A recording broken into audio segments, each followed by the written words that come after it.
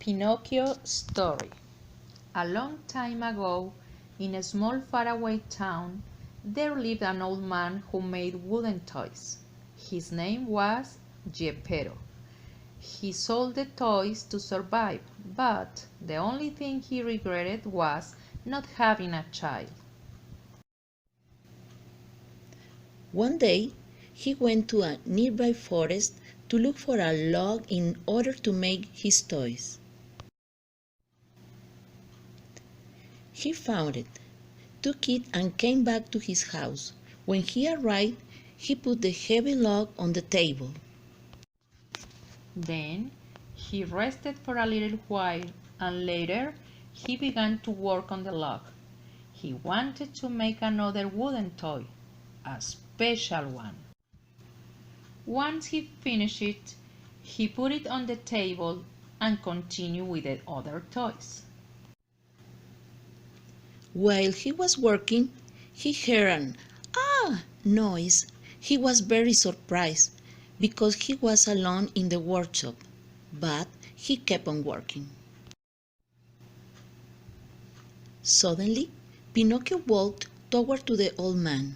So Geppetto was so excited, and the only thing he could say was, "Oh, my little son, I call you Pinocchio." Time passed by and it was time to go to school.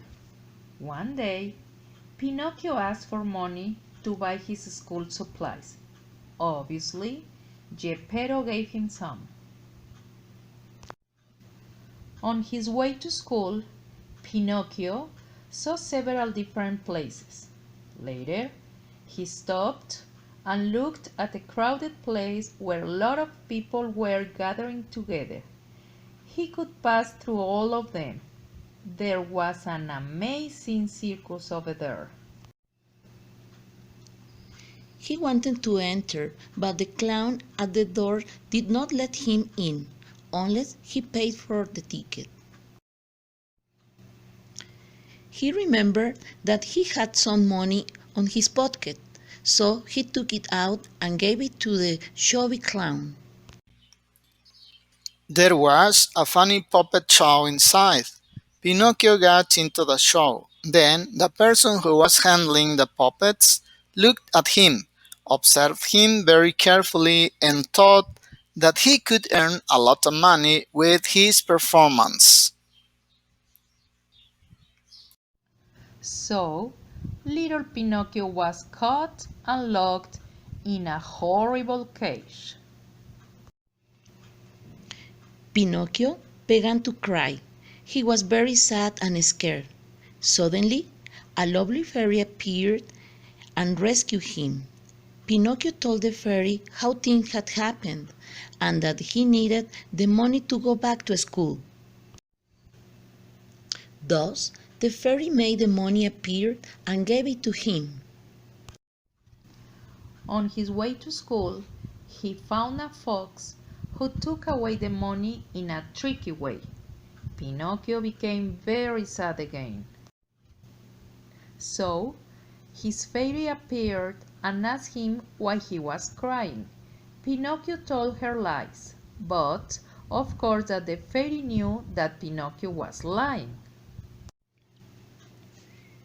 Pinocchio noticed that his nose was growing every time he said a lie.